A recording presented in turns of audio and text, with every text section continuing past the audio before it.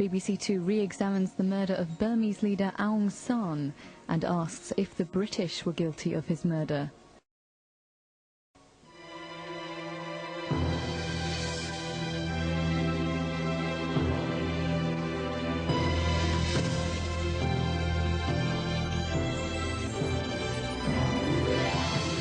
"50 years ago, this man was leading Burma towards independence from Britain. He died in a hail of assassins' bullets. This Burmese politician was hanged for the crime. But did he and his gunmen really act alone, or were shadowy elements of the British establishment behind the plot?"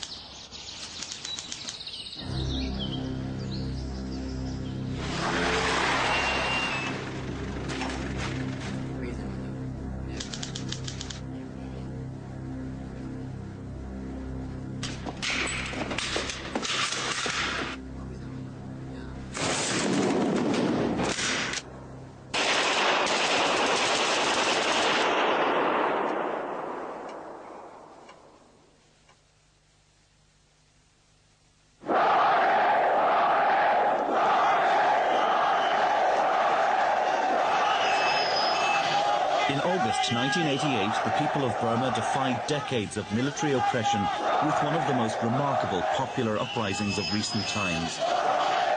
The demonstrators carried pictures of this man. General Aung San, the country's greatest hero, led Burma to independence from Britain and founded the army that rules today. The demonstrators believed if they carried pictures of Aung San, no soldier would harm them, but they were wrong.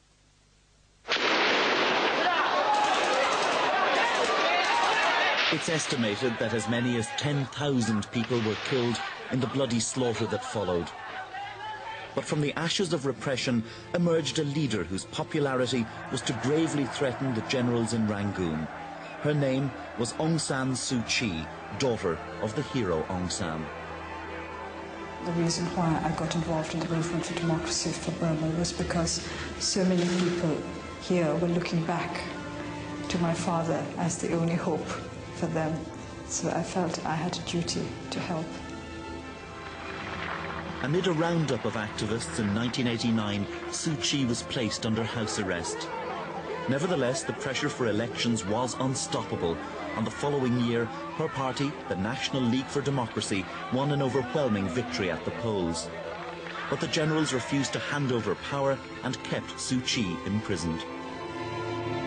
In 1991, she won the Nobel Prize for Peace.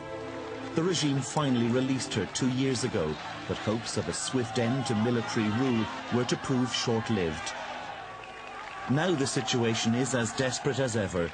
Suu Kyi, though free, remains under constant harassment by the authorities. In 1997, the people of Burma live in the shadow of fear.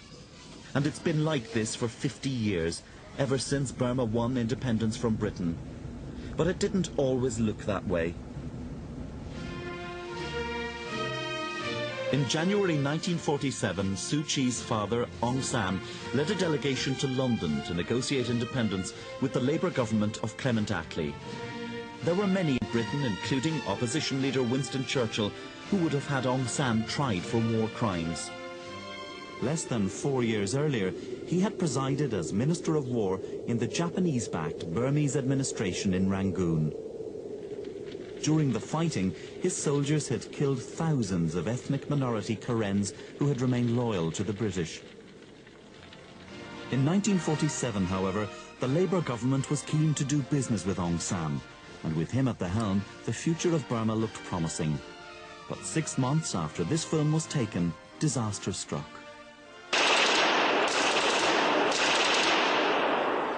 On the 19th of July 1947, Aung San was chairing a meeting of his cabinet when 3 gunmen burst in and opened fire. Aung San died later in hospital. He was just 32 years old. The assassination sent tremors around the world. Aung San was irreplaceable. There was literally no one who could take Aung San's place as the leader and representative of the Burmese people. The assassination was found to be the work of Aung San's political arch-rival. His name was U Saw. U Saw was tried and hanged, but now, 50 years later, a new witness suggests U Saw may not have been acting alone. Well, he said, I was just let down, wasn't I? Government House let me down. I said, what do you mean let you down? There couldn't be a party to executions and assassinations. He said, well, look, there were certain indications to me that things would be all right. And here at the Public Record Office in London, documents kept secret for nearly 50 years strengthened the suspicion that British interests were involved in the assassination of Aung San. In tonight's specially extended edition of East, we tell the remarkable story of Aung San and why it was some people in Britain wanted him dead.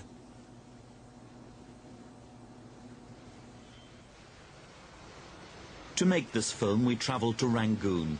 We had to go undercover because in Burma, perhaps more than anywhere else in the world, the past is the present. The ruling junta did not cooperate with our film about the founder of their national army. Many of Aung San's friends and colleagues who spoke to us were running considerable risks, even though they were talking of events 50 years ago and more. If only he was not assassinated, Burma will not get into such trouble, I think. For decades after Aung San's death, 10:37 on the morning of the 19th of July was the moment when all Burma stopped, remembered the country's greatest hero, and wept. I felt my heart sank.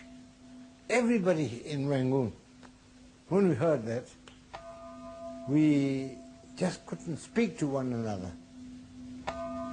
When they have carried out Aung San's corpse with stretchers, I passed just inside the secretary compound, and one secretary of the government ministry, Uchanda, made a remark.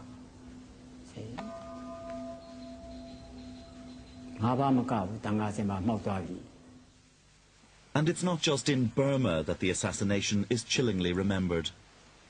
We were sitting having a drink or something in an office that was very close to the council chamber, when we suddenly heard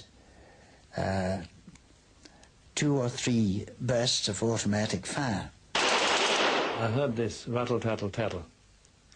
And I said to this man, I said, look, that sounds like machine gun fire.